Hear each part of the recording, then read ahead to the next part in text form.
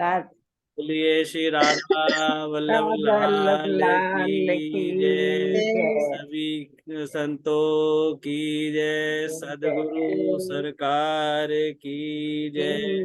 जय। आज एक भजन हमारी बहन परमिला जी सुनाएंगी। बहन परमिला जी का स्वागत है। एक दिन का ना शोर मचाए, पेट पकड़ चिल्लाए, अरे क्या हो गया है, अरे क्या हो गया है। रुक्मणी भामा समझ न पाए, कैसे रोग मिटाए, अरे क्या हो गया है, अरे क्या हो गया है। पूछे है दोनों रानी, पीड़ा मिटेगी कैसे सांवरे।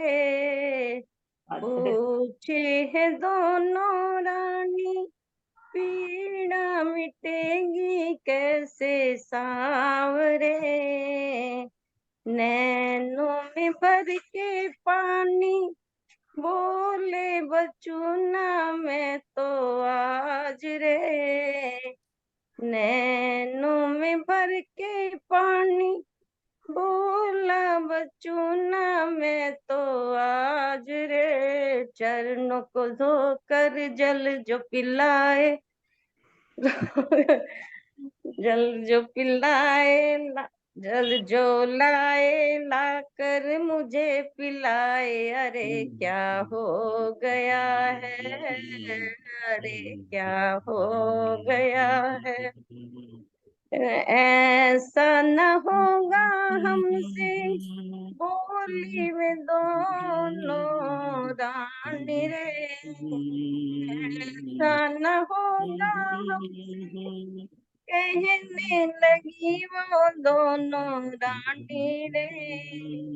पैरों को धो के कैसे तुमको पिला दे हम पानी रे। पैरों को धो के कैसे तुमको पिला दे हम पानी रे। जब तक सूरज चांद पलक पे होगा वास नरक में, अरे क्या हो गया है, अरे क्या हो गया है, अरे क्या हो गया है। नारद से बोले क्या काना, अब तो हुआ है बुरा हाल रे। नारद से बोले काना, अब तो बुरा है हुआ हाल रे। राधा से जाके कह दो, अपने कन्हैया को संभाल रे।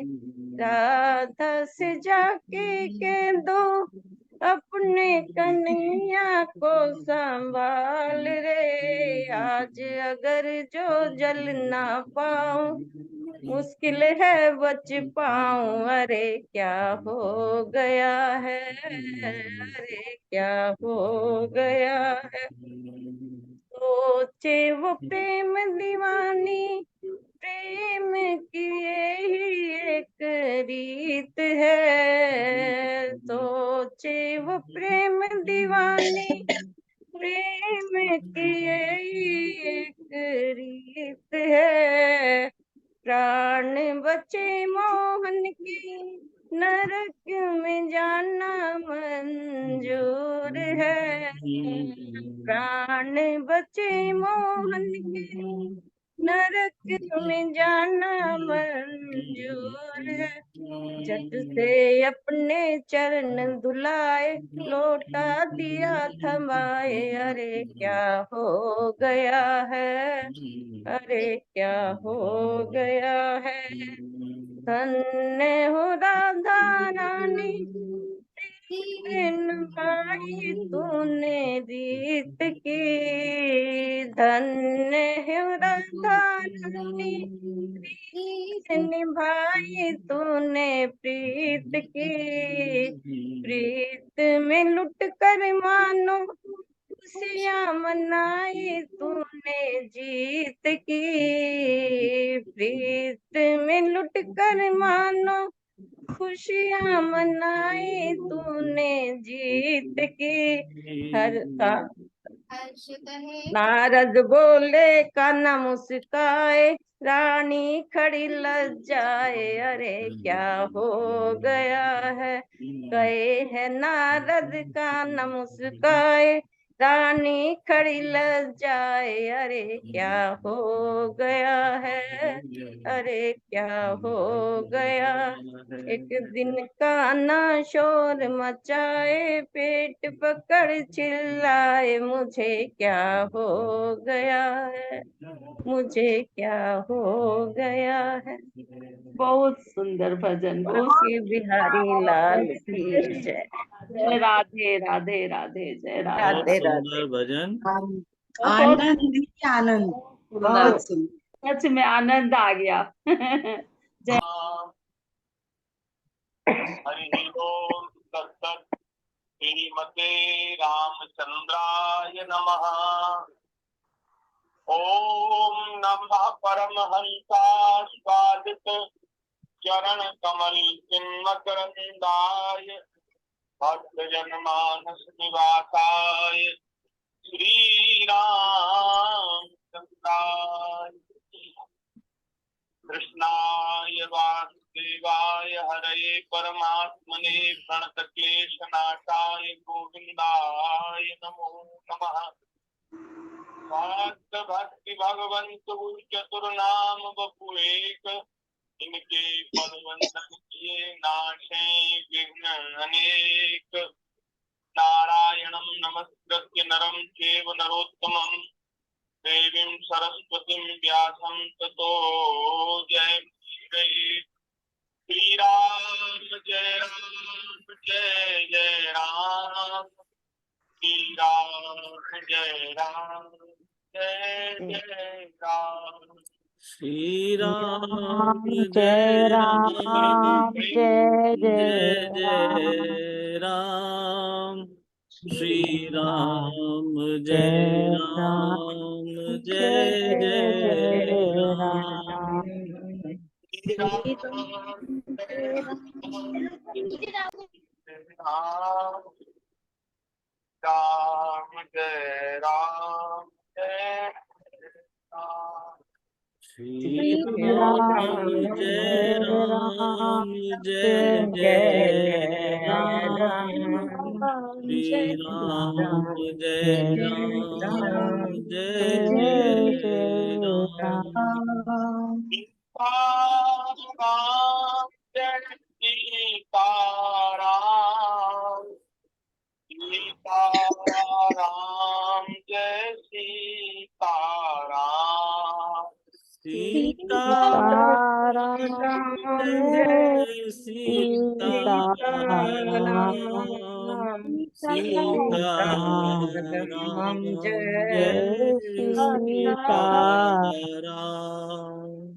राधे श्याम जय राधे श्याम, राधे श्याम जय राधे श्याम। राधे श्याम जय राधे श्याम, राधे श्याम जय राधे श्याम। श्री सीतारामचंद्र भगवान की जय। जय श्री वृंदावन बिहारी लाल की जय। जय श्रीमद् भागवत महापुराण की जय। जय श्री सुखदेव जी महाराज की जय। जय भगवान श्री वेद व्यास जी महाराज की जय। सब संत हरि भक्तन की जय। जय जय जय श्री राधे श्याम, राधे जय श्याम। जय श्री सीताराम। हर हर नमस्ते। नारायण नारायण नारायण। हरि शरणम। भक्तवांछा कल्पतरु भक्त वत्सल शरणागत वत्सल दीन बंधु दया सिंधु असंख्येय कल्याण गुण निलय कारण करुणा वरुणालय सच्चिदानंद घन मूर्ति आनंद कंद भगवान श्री राधा ब्रजेंद्र नंदन भगवान श्री वृंदावन बिहारिणी बिहारी जी, आपकी महती कृपा करुणा से हम सभी लोगों को श्रीमद् भागवत जी की मंगलमयी रसमयी विस्तृत चर्चा कहने सुनने का परम दुर्लभ अवसर प्राप्त हो रहा है। ये जो बाधक है, संयोग है, ये श्री ठाकुर जी की कृपा से बना है। हम सब बड़े भाग्यशाली हैं जो इसका लाभ ले रहे हैं। विज्ञान का सदुपयोग करते हुए अपने अपने घरों में बैठकर भागवत जी की चर्चा हम सब लोग श्रवण कर रहे हैं जी। नारायण छठवां स्कंद चल रहा है, उसमें चौथे पांचवे अध्याय की चर्चा कुछ कल हो चुकी थी और आज छठवें अध्याय की चर्चा में छठवें अध्याय का जो विषय है वह है दक्ष प्रजापति की 60 कन्याओं के वंश का विवरण। जैसा कि इसका विषय आप लोग श्रवण कर रहे हैं, इसमें श्री दक्ष प्रजापति की जो 60 कन्याएं हुई उनके वंश का वर्णन है।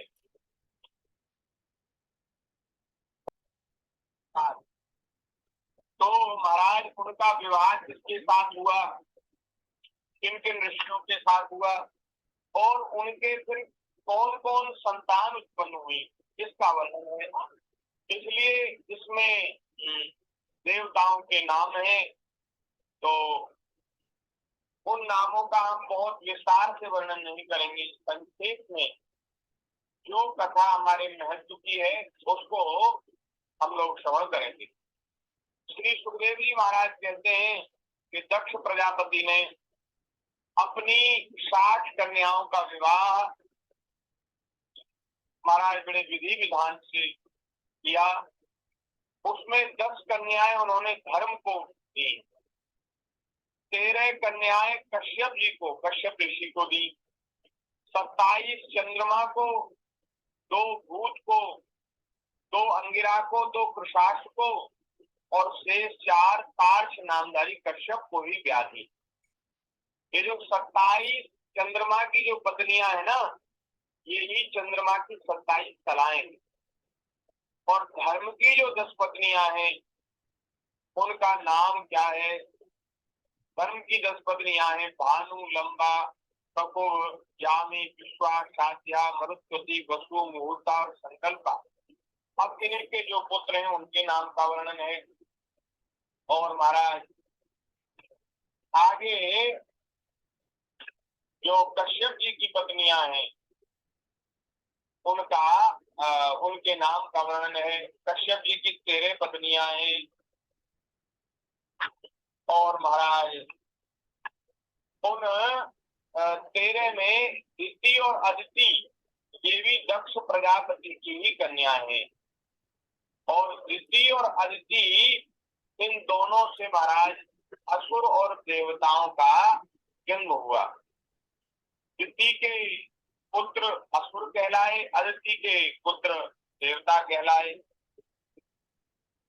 तो महाराज यहाँ सुखदेव जी ने अदिति के वंश का वर्णन किया है। श्री सुखदेव जी महाराज कह रहे परीक्षित, अदिति की वंश परंपरा तुम सुनो। इस वंश में सर्वव्यापक देवादिदेव भगवान ने अपने अंश से वामन रूप में अवतार लिया था। अदिति के पुत्र हैं विवस्वान, अर्यमा, पूषा, त्वष्टा, सविता, भग, दाता, विदाता, वरुण, मित्र, इंद्र और त्रिविक्रम। त्रिविक्रम वामन भगवान को कहते हैं। यही 12 आदित्य कहलाए जो हमारे यहाँ सूर्य भगवान 12 कहे जाते हैं, 12 आदित्य कहे जाते हैं। तो उन 12 आदित्यों में ये ही देवता हैं। और अब महाराज इनके जो संतान है उनका वर्णन किया गया। विवस्वान सूर्य का ही नाम है, सूर्य भगवान, उनको विवस्वान भी कहते हैं। सूर्य भगवान की पत्नी महाभागवती संज्ञा के गर्भ से श्राद्ध देव मनु और यम यमी का जोड़ा पैदा हुआ। श्राद्ध देव मनु हुए और यम यमी श्री यमराज जी और यमराज जी की बहन श्री यमुना से प्रकट हुई। और संज्ञा ने ही महाराज सूर्य भगवान के द्वारा घोड़ी का रूप धारण करके भूलोक में दोनों अश्विनी कुमारों को जन्म दिया। ये सब पुराणों की कथाएं पुराणों में विस्तार से वर्णन की गई हैं कि उन्हें घोड़ी क्यों बनना पड़ा और उनके जो पुत्र हैं अश्विनी कुमार, उनका जन्म घोड़ी के उससे क्यों हुआ। ये सब कथाएं पुराणों में बड़े विस्तार से कही गई हैं। भागवत जी में विशेष रूप से भगवान के चरित्रों को श्री व्यास भगवान ने कहा है। और जो कथाएं हैं वे तो बहुत सार सार उनका लिया गया है। और विवस्वान की दूसरी पत्नी है छाया। एक पत्नी है संज्ञा और दूसरी है छाया। और छाया से महाराज श्री शनिदेव महाराज, जो जिनको शनिश्चर कहते हैं, वे शनिश्चर और सावरणी मनु नाम के 2 पुत्र हुए तथा तप्ती नाम की कन्या उत्पन्न हुई। इनका महाराज वर्णन किया गया है। और जो अदिति के पुत्र हैं पूछा, उनके कोई संतान नहीं हुई। और दैत्यों की छोटी बहन कुमारी रचना वे त्वष्टा की पत्नी है। जो त्वष्टा ऋषि अदिति के पुत्र हैं उनकी पत्नी है असुरों की बहन, उनका नाम है रचना। तो है तो देवता और इन्होंने विवाह किया असुर कुल में। इनकी ससुराल हो गई असुरों के यहाँ, दैत्यों के यहाँ। और महाराज रचना के गर्भ से श्री विश्वरूप जी का जन्म हुआ। सन्निवेश और विश्वरूप ये 2 पुत्र रचना के गर्भ से हुए। ये जो विश्वरूप है ना, इनकी कथा आगे आने वाली है, इसलिए मैंने इनका जो वर्णन है, इनका जन्म कहाँ हुआ, इनकी जो वंश परंपरा है उसका स्मरण किया। श्री सुखदेव जी महाराज कह रहे हैं कि एक बार बृहस्पति जी ने देवताओं का परित्याग कर दिया था और उस समय देवता बड़े व्याकुल हो गए, भयभीत हो गए, बिना गुरु के कैसे रहे। अब हमें दैत्यों से बचने का मार्ग कौन बताएगा और हम लोगों को साधन में तपस्या में कौन प्रवृत्त करेगा जिससे हम बलशाली हो। इस चिंता से महाराज बृहस्पति जी को बहुत ढूंढा गया, लेकिन बृहस्पति जी कहीं नहीं मिले। तब उन्होंने विश्वरूप को ही अपना पुरोहित बनाया, गुरु बनाया। तो ये बात जब सुखदेव जी ने कही तो राजा परीक्षित जी के मन में प्रश्न उत्पन्न हुआ। उन्होंने कहा, बोले महाराज ऐसा क्या कारण बन गया था जिसके कारण श्री बृहस्पति जी ने, जो देवताओं के गुरु हैं, उन्होंने देवताओं का त्याग किया। ऐसा क्या कारण था, ऐसी क्या व्यवस्था थी उसकी, तो आप कृपा करके मुझे बताइए। श्री सुखदेव जी ने कहा, क्या परीक्षित, इंद्र को त्रिलोकी का ऐश्वर्य पाकर घमंड हो गया था। क्योंकि महाराज ये जो पद प्रतिष्ठा है ना, इसके अहंकार को पचाना बड़ा कठिन काम है। किसी को संसार में पद प्रतिष्ठा मिले, धन मिले, यश मिले, कीर्ति मिले और वो विनम्र बना रहे, ये बड़ी दुर्लभ बात है, बहुत कठिन। प्रभुता पाकर हरेक प्राणी को मद हो जाता है, चाहे वो कितने भी गुणवान हो, पुण्यात्मा हो, महाराज प्रभुता प्राप्त हो जाए और मद न हो तो ऐसा तो बड़ा कठिन है, दुर्लभ है। श्री गोस्वामी जी ने तो लिखा है कि ऐसा संसार में कोई मनुष्य ही नहीं हुआ इसको प्रभुता पाए जा ही मत नहीं, प्रभुता पाने के बाद भी जिसको अहंकार न हो। तो ये बात सामान्य सृष्टि के लिए कही गई है, लेकिन एक जो सृष्टि है वो सामान्य से ऊपर है, वो विशेष सृष्टि है। और वो विशेष सृष्टि में भगवान के भक्त होते हैं। भगवान के चरणों का आश्रय जिन भाग्यशाली जीवों ने ले लिया होता है, उनको ऊपर कर महाराज दो, ऊपर।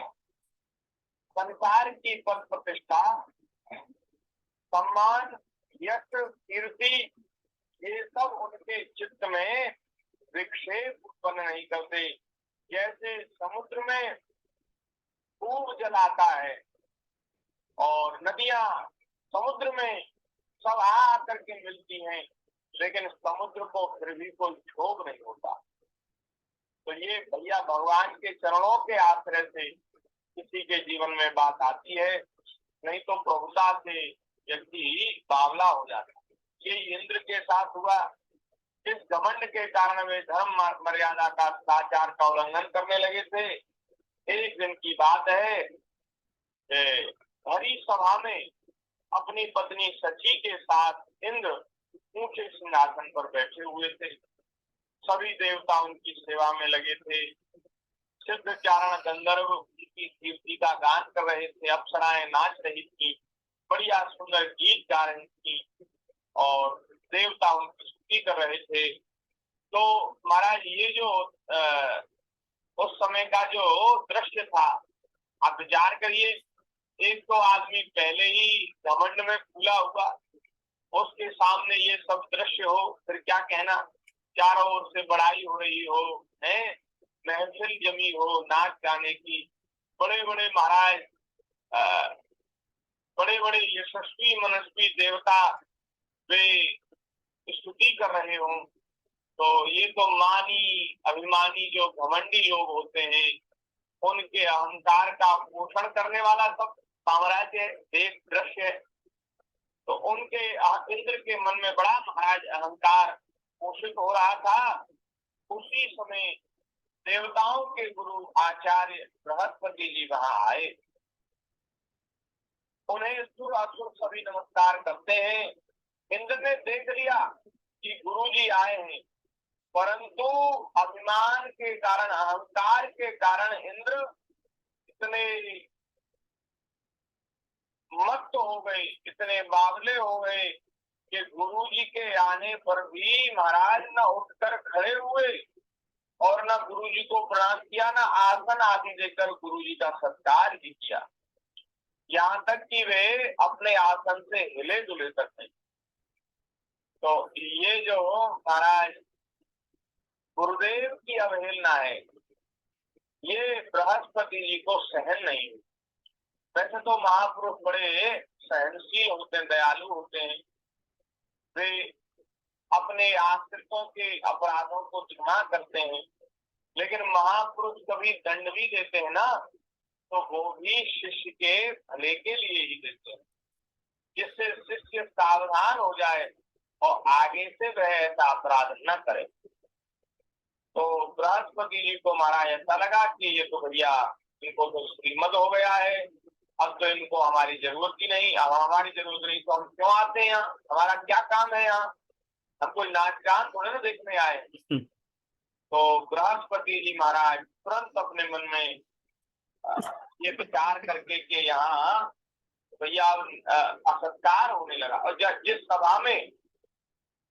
सभा में असत्कार होने लग जाए, तिरस्कार होने लग जाए, तो वहां भले ही भैया सोना बरस रहा हो, तो सभा में नहीं जाना चाहिए। गोस्वामी जी ने कहा कि आवत में हरते नहीं और नैनन नहीं स्नेह, जो आपको देख करके प्रसन्न नहीं हो जाता, जिसके नेत्रों में महाराज स्नेह और प्रेम की बाढ़ नहीं आ जाती, बोले भैया वहां जाने में कोई भलाई नहीं है, वहां मत जाओ, तुलसी कहाँ न जाइए, चाहे कंचन बरसे में, चाहे वहां सोना बरस रहा, हमें क्या लेना देना, हम नहीं जाएंगे। तो ये देखो ये कोई अहंकार की बात नहीं, ये अपने स्वाभिमान की रक्षा है, अपने आत्म सम्मान की रक्षा है। तो ये जहाँ आपको कोई पूछने वाला ना हो, आपकी बात कोई समझने वाला ना हो, वहां हम क्या करें?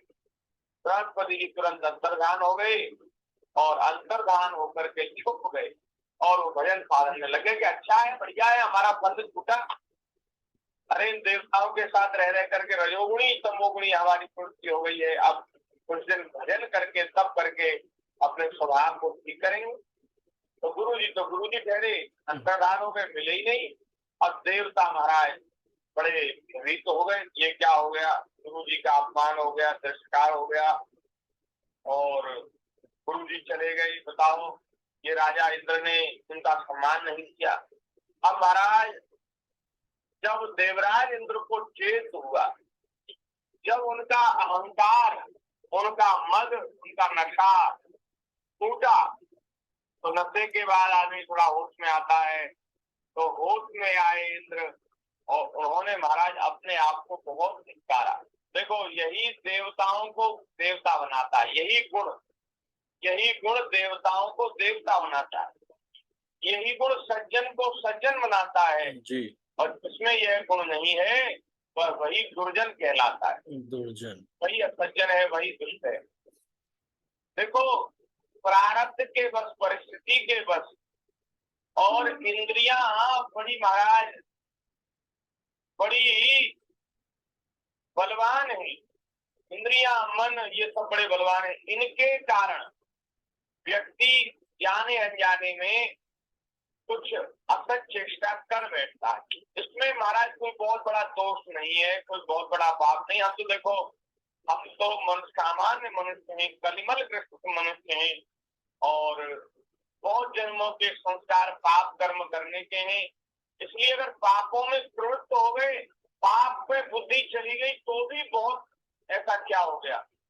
लेकिन भैया पाप में बुद्धि जाने के बाद भी अगर हमें पछतावा नहीं होता तो बस समझ लेना चाहिए कि हृदय बहुत मलिन है। देवताओं का क्या गुण है कि वे तुरंत महाराज अपनी गलती को स्वीकार करते हैं और फिर उसको सुधारते हैं। गलती सबसे हो जाती है, गलती होना बड़ी बात नहीं है, लेकिन फिर हमने अपनी गलती को सुधारा कि नहीं सुधारा, ये मैं जी।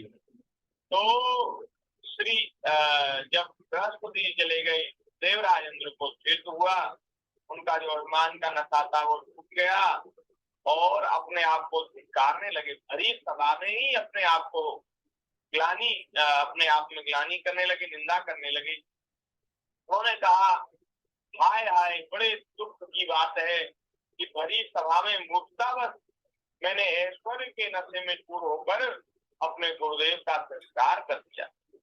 बड़ा कौन ऐसा विवेकी पुरुष संसार में होगा जिसको स्वर्ग की राज लक्ष्मी को पाने की इच्छा न हो।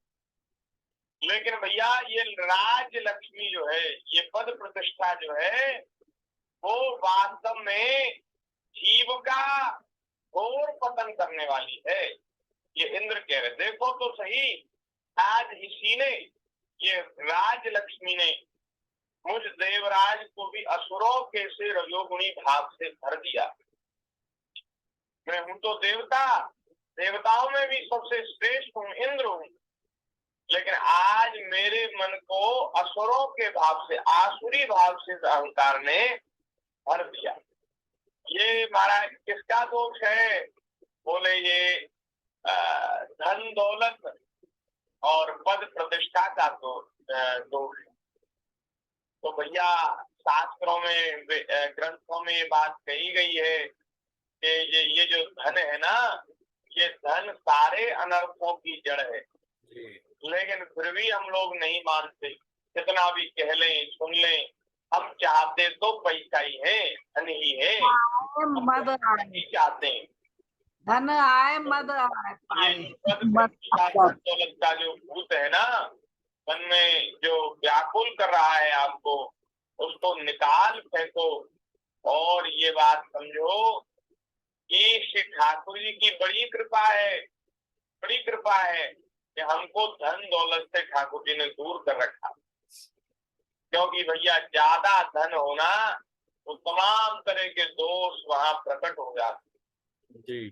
तो ये जो राज लक्ष्मी है ना, ये जो लक्ष्मी है, इसको महाराज ठीक ठीक उपयोग में लेना और उपयोग में लेने के बाद अभिमान न करना, ये बड़ा दुर्लभ है। तो महाराज ये देवराज इंद्र स्वयं कह रहे हैं, जो लोग ये कहते हैं कि सार्वभौम राज सिंहासन पर बैठा हुआ सम्राट किसी के आने पर राज सिंहासन से न उठे, वे धर्म का वास्तविक स्वरूप नहीं जानते। ऐसा उपदेश करने वाले कुमार्ग की ओर ले जाने वाले हैं, वे स्वयं घोर नरक में गिरते हैं। उनकी बात पर जो लोग विश्वास करते हैं वे पत्थर की नाव की तरह डूब जाते हैं। मैंने गुरुदेव बृहस्पति जी जो ज्ञान के अथाह समुद्र हैं, मैंने उनका अपमान किया, बड़ी सख्ता की। अब मैं उनके चरणों में अपना माथा टेक कर उन्हें मनाऊंगा, ये निश्चय इंद्र ने किया।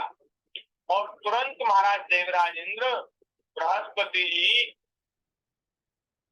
जी के घर पहुंच गए, लेकिन वहां घर जाने पर गुरुदेव नहीं मिले। बहुत ढूंढा ढूंढवाया लेकिन नहीं मिले।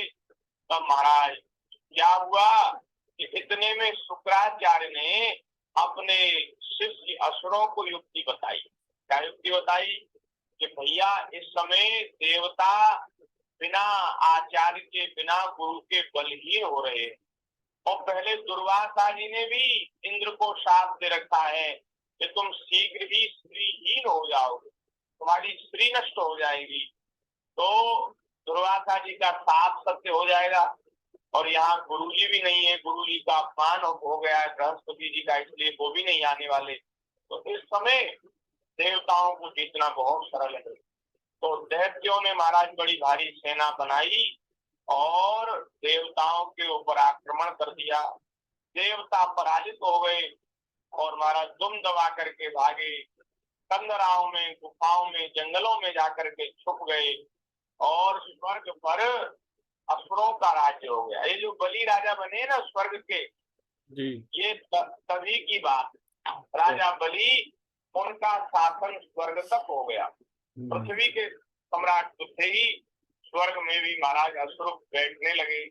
देवराज इंद्र के बैठने के सिंहासन पर अब महाराज बलि बैठते।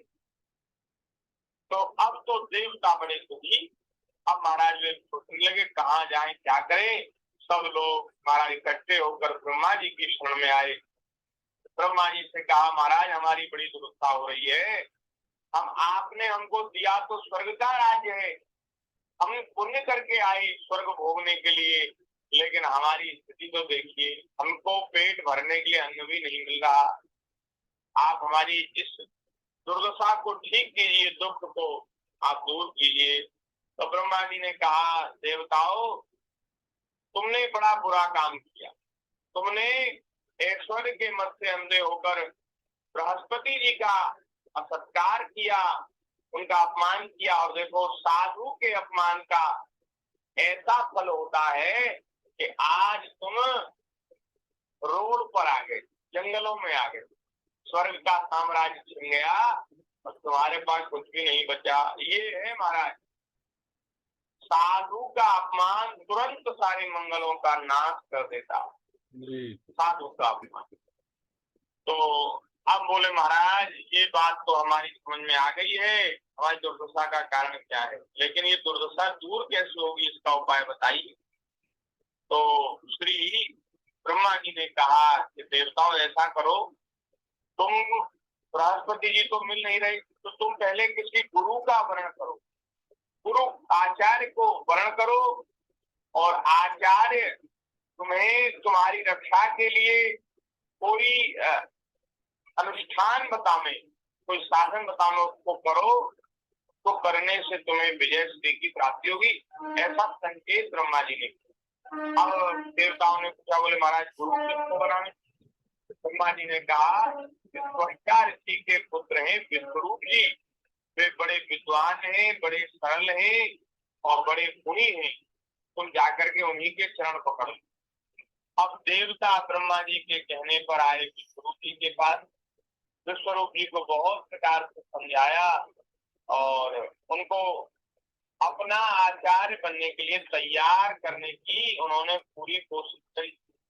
लेकिन विश्वरूप जी बोले कि महाराज ये जो पुरोहिताई का काम है ना, ये ब्रह्म तेज को क्षीण करने वाला है, तपस्या को नष्ट करने वाला है। ये पंडिताई का काम, पुरोहिताई का काम। जैसे आजकल युग के अनुसार अनुरूप आजकल ब्राह्मण जो है शहरों में मंदिरों पर रहते हैं और सब जगह जाकर के पूजा पाठ कथा यज्ञ सब कराते हैं। तो ये इसको पुरोहिताई का ही काम कहते हैं। लोगों के यहाँ पुरोहित बन जाना, उनके 16 जो संस्कार हैं उनको कराना और उनके यहाँ समय समय पर जाकर के और भी जो मांगलिक कार्यक्रम है उनको संपन्न कराना। लेकिन इस जो ये जो रहनी है ना ब्राह्मण की, इसको शास्त्र में निंदित बताया है। ये बहुत श्रेष्ठ नहीं है। ब्राह्मणों के लिए सबसे बढ़िया है कि वे श्लोंक्ष वृत्ति पर आश्रित रहकर भगवान का भजन करें, तप करें, त्याग करें। श्लोंक्ष वृत्ति क्या होती है? महाराज जो खेत में फसल कट जाती है, किसान सब फसल अपने घर ले आता है, तो पीछे से खेत में कुछ अनाज के दाने पड़े रह जाते हैं। अच्छा। अब किसान तो ले गया अपने यहाँ, अब उसको तो ले जाना नहीं, उसको तो पीना नहीं है। तो वहां शास्त्र में ऐसी आज्ञा है कि ब्राह्मण जो है उस सिल को पीने, हमारे यहाँ उसको सिला कहते हैं। शिल जो माने खेत में जो रह जाता है उसको शिला कहते हैं, उसको संस्कृत में शिल कहते हैं। शिल। तो जो अन्न कटने के बाद, फूटने के बाद सब चला गया, उसके बाद जो रह गया अन्न का दाना, उसको ब्राह्मण लोग इकट्ठा करें और उससे महाराज अपना वर्ष भर का अपना जो खान पान है उससे चलाएं। और एक आजीविका का साधन है कि बाजार में मंडी लगती है, मंडी, और मंडी में अनाज जो है वो जमीन पर फैला दिया जाता है।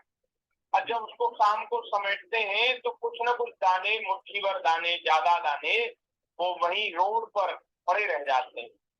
तो उस अन्न को महाराज इकट्ठा करके समेट के ले आवे साधु ब्राह्मण, सन्यासियों के लिए भी यही धर्म है, और उसको महाराज धो करके अच्छी तरह से सिद्ध करें और उससे फिर अपना आहार बनावे।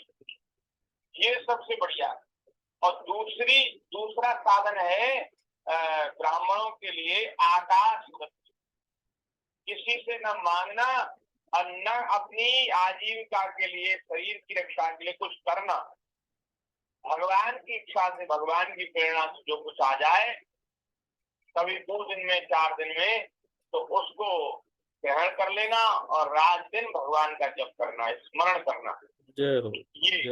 ये दूसरे नंबर की बात है।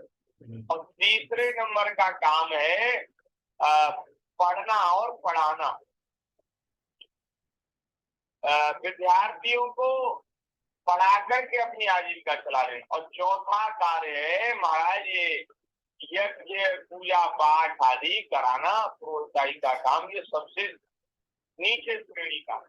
तो विश्वरूप ने कहा महाराज ये पुरोहिताई का काम ठीक नहीं है, इसलिए धर्मशील महात्माओं ने इसकी निंदा की है। अच्छा। लेकिन महाराज इस समय जो है ब्राह्मणों के ऊपर बड़ा संकट है। तो हम तो ये कहते नहीं, और न भैया हम स्वयं ऐसे हैं, हम कहाँ रोड पर वहाँ मंडी में और वहाँ खेत में पीन करके खाते। जो काम हम स्वयं नहीं करते और दूसरों के लिए कैसे कह भी नहीं सकते और कहना चाहते भी नहीं।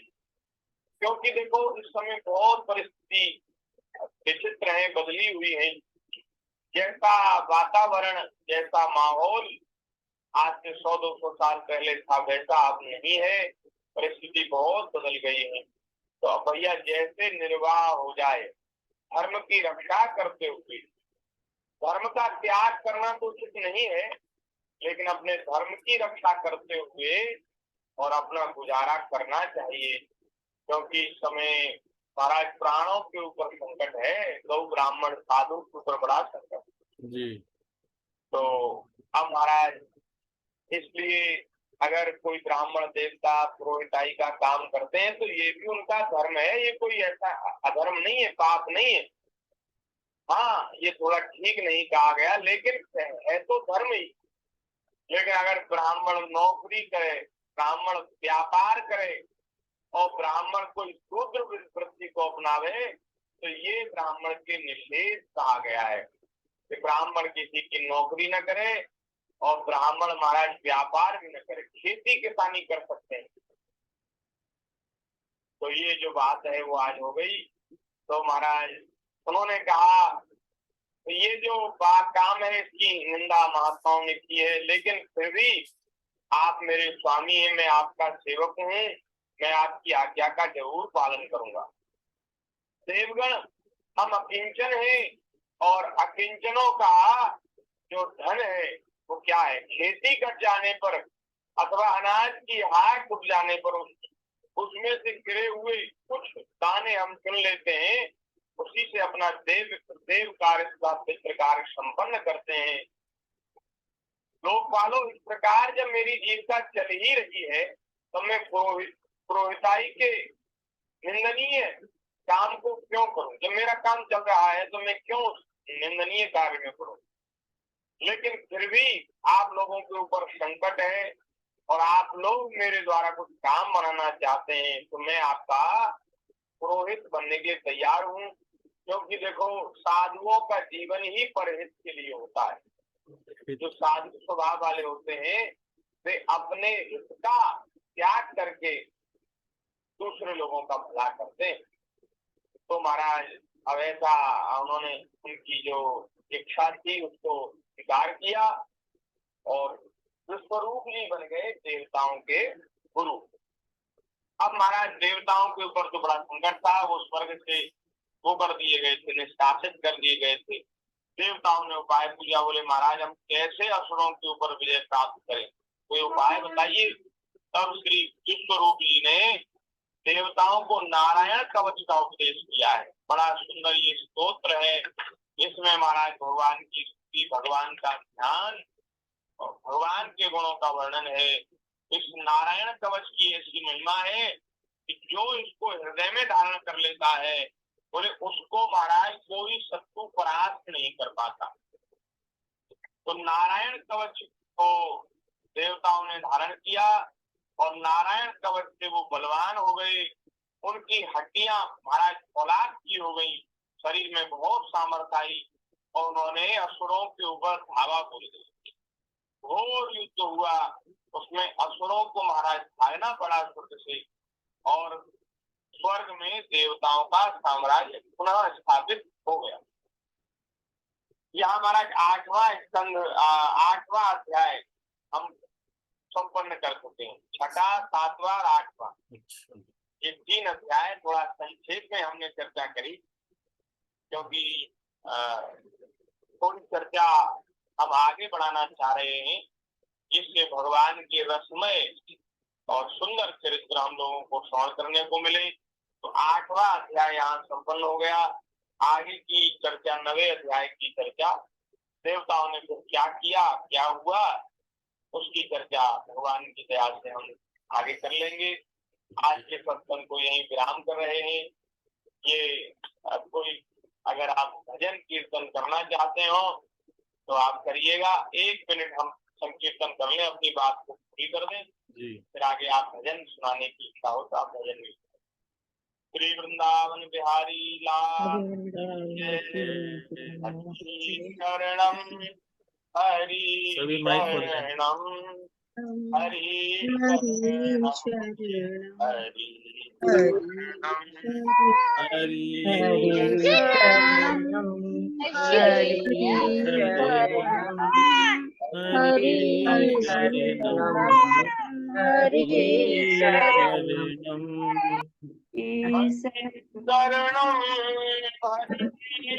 शरणम हरि शरणम हरि शरणं हरि शरणं हरि शरणं हरि शरणं हरि शरणं हरि शरणं बोलिए संत श्री राधा कृष्ण दास महाराज महाराज की की जय। जय। जय जय श्री जय श्री राधे श्याम। आज हमारी बिटिया अनुष्का शुक्ला एक भजन सुनाएंगी। बेटा आप भजन सुनाइए, शुरू करिए। जय जय श्री राधे। मेरे सरकार का दीदार बड़ा प्यारा है, मेरे सरकार का दीदार बड़ा प्यारा है। कृष्ण मेरा प्यारा गोविंद बड़ा प्यारा है, कृष्ण मेरा प्यारा गोविंद बड़ा प्यारा है।